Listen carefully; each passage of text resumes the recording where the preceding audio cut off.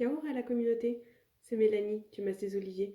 Aujourd'hui, une petite vidéo pour vous parler du portfolio que j'ai dû réaliser dans le cadre de mon PDC, Permaculture Design Certificate.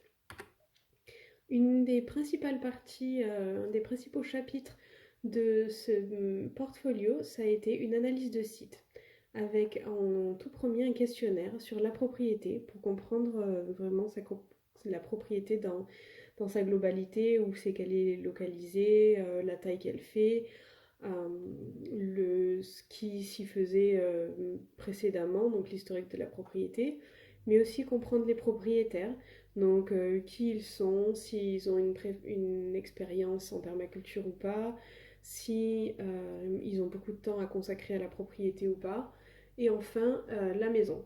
Donc vraiment comprendre la gestion des eau potable, eau usée, la gestion des déchets, la gestion de l'énergie.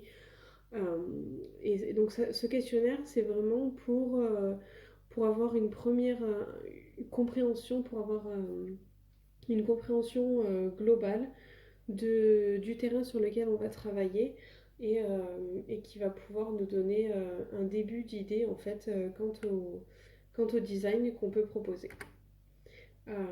Sur cette partie, j'ai aussi ajouté donc une carte. C'est la carte qui était dans comment ça s'appelle, dans le permis de construire. Donc c'est vraiment une carte de base hein, avec simplement le chemin d'accès à la maison avec sa terrasse, le hangar ici, les cuves à eau et le système fosse septique donc ici et drain de fosse septique. Ensuite, donc ça c'était une partie un peu plus intéressante. C'était vraiment comprendre les caractéristiques du site. Alors en tout premier le climat avec vent, précipitation, ensoleillement, température et ce qui peut vous paraître intéressant de mettre en plus. Donc ça c'est un exercice qui se fait en ligne, hein. C'est très facile de trouver toutes ces données là en ligne. Très souvent elles sont gratuites. Alors moi par contre ce que je recommande vraiment, idéalement c'est de vivre sur place ou vraiment pas loin pour avoir vraiment une compréhension fine du climat.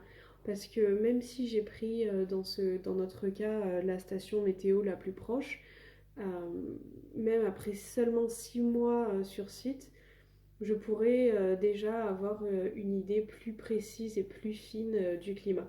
Donc s'il y a bien quelque chose que je conseille, c'est vraiment n'hésitez pas à passer du temps sur la propriété. Donc dans les caractéristiques, il y a aussi la topographie générale du site avec la maison entourée en jaune ici, qui est localisée donc entre la plaine de la Ruamahanga River que vous voyez en bleu ici et la plaine qui se voit très facilement donc plutôt au sud-est et au nord-ouest les montagnes qui s'appellent Taharua Range et donc nous c'est vrai qu'on a une vue sur les montagnes. Une autre partie en caractéristiques de site, c'est la géologie. Donc là encore, comme le climat, ce sont des données qui se trouvent sur Internet très facilement. Donc dans mon cas ici, c'est des données qui se trouvent sur des sites néo-zélandais. Mais pour avoir fait le même genre d'exercice en France, je sais que ces données-là se trouvent gratuitement et facilement sur des sites français. Également une étude de sol.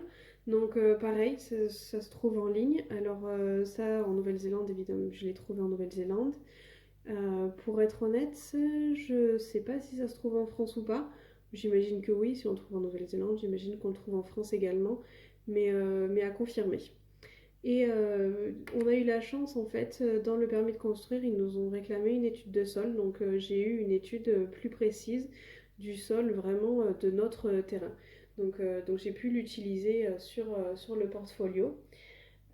Ce que je ferais, je sais qu'il existe plusieurs types de tests qu'on peut faire facilement à la maison avec 3 fois rien comme outillage.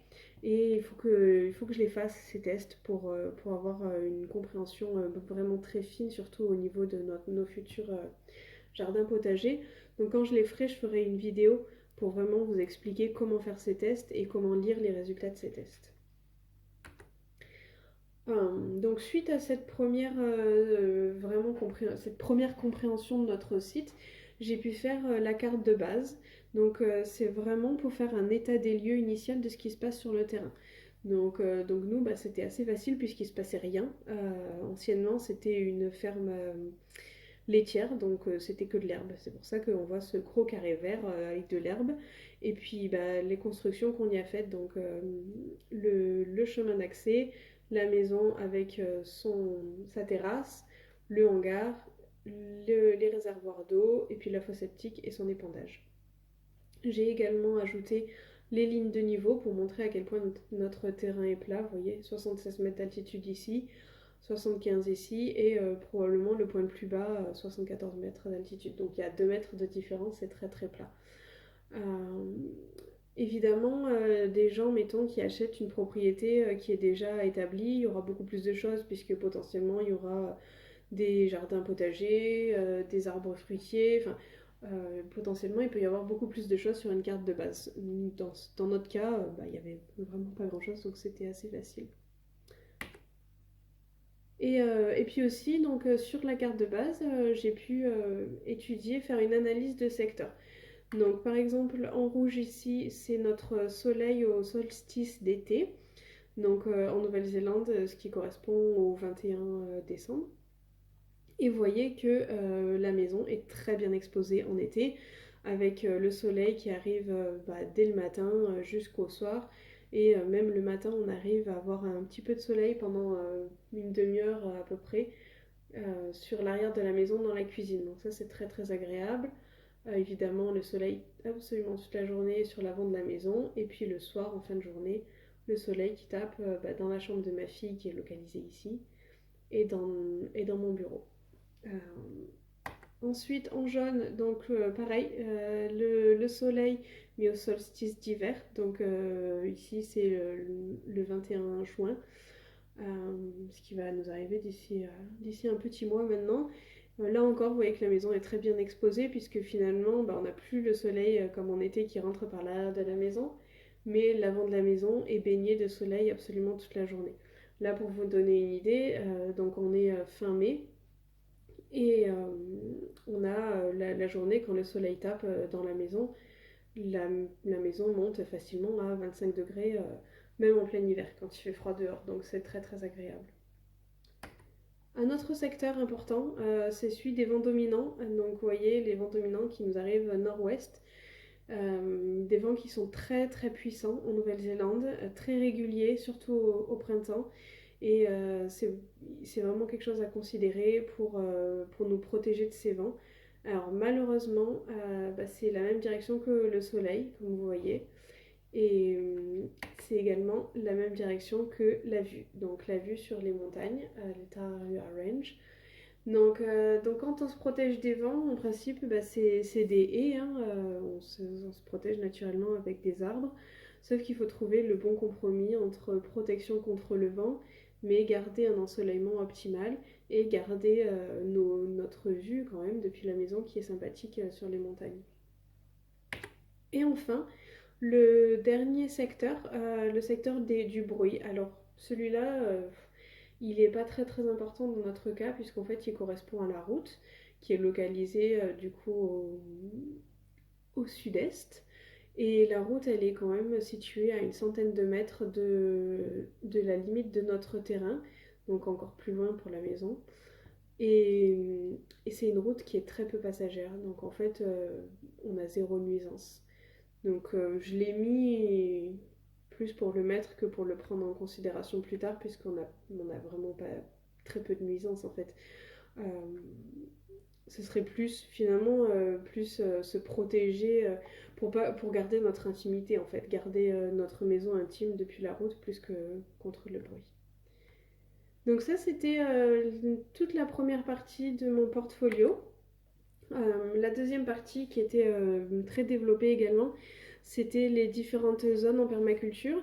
Mais je pense que ça vaut vraiment le coup de faire une vidéo par zone. Donc il y a 5 zones en permaculture. Je vous les détaillerai dans ces vidéos-là.